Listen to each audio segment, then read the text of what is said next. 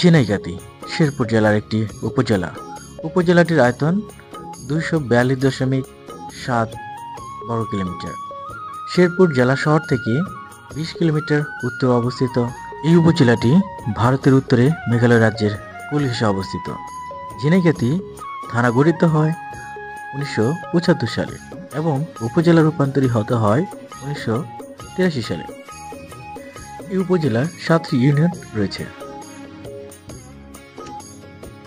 ঝিনাইগাতি পাহাড় বেষ্টিত একটি অত্যন্ত গরিব দরিদ্র একটি উপজেলা।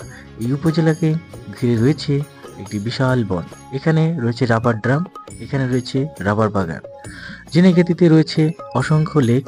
আপনারা জানেন মায়াবী লেক এই মুহূর্তে সবচেয়ে আলোচিত যে লেক সেটা হলো মায়াবী লেক। আপনি এখানে দেখতে পাবেন শাল গজারির বন। ঝিনাইগাতিতে যে সবচেয়ে আকর্ষণীয় জিনিস সেটা হলো গজনী অবকাশ কেন্দ্র। আপনারা জানেন বাংলাদেশের নানা প্রান্ত থেকে প্রত্যেক দিন অসংখ্য বাস, মাইক্রোবাস, মোটরসাইকেল করে এখানে ভ্রমণের জন্য আসেন। ঝিনাইগাতি উপজেলাটি শিক্ষা দীক্ষায় অনেক পিছিয়ে রয়েছে। বাংলাদেশের পিছিয়ে পড়া জেলাগুলোর মধ্যে অন্যতম একটি জেলা হলো শেরপুর জেলা। এই শেরপুর জেলার একটি উপজেলা হলো এই ঝিনাইগাতি উপজেলা। অল্প কিছুক্ষণের মধ্যেই আমরা পৌঁছে যাব ঝিনাইগাতি উপজেলা শহরে।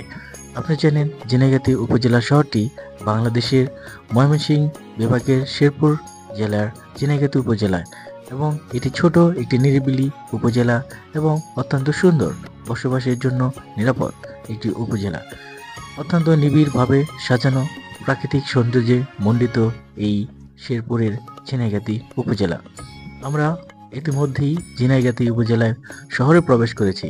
আসলে এটা শহর বললে ভুল হবে, এটা বলা যেতে পারে একটি থানা শহর। এই শহরের জনসংখ্যা বেশি নয়, অত্যন্ত দূর দূরান্ত থেকে মানুষজন এসে এখানে বসতি করেছে। এখানে স্বাধীনতার পরে খুবই কম মানুষের বসবাস ছিল।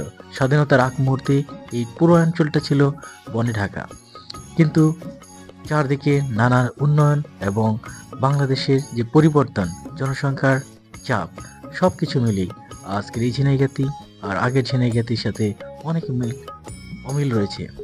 এখনটি ঝিনাইগাতি একটি পরিপাটি, সুস্থ, সুন্দর ঝিনাইগাতি।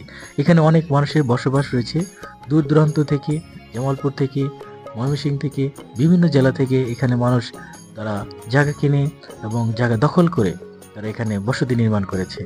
সেই উপলক্ষে ঝিনাইগাতি একটি ঘনবসতি শহর বা একটি থানা শহরের দিকে রূপান্তরিত হচ্ছে।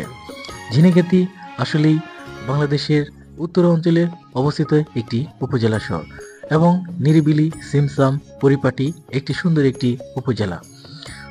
অনেক জায়গা রয়েছে এই ঝিনাইগাতিতে। আপনারা যদি আসেন তাহলে দেখতে পাবেন রাস্তার দুধারে অসংখ্য জায়গা এবং প্রচুর ফাঁকা এবং পরিপাটি বলা যেতে পারে।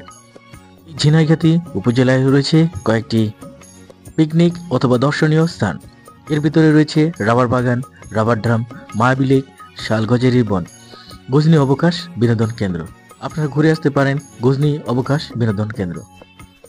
প্রতি বছর বাংলাদেশের বিভিন্ন জায়গা থেকে এখানে অসংখ্য মানুষ পিকনিক করার জন্য আসে এবং পিকনিকের জন্য অত্যন্ত নিরিবিলি সুন্দর একটি জায়গা হলো এই শেরপুর জেলা।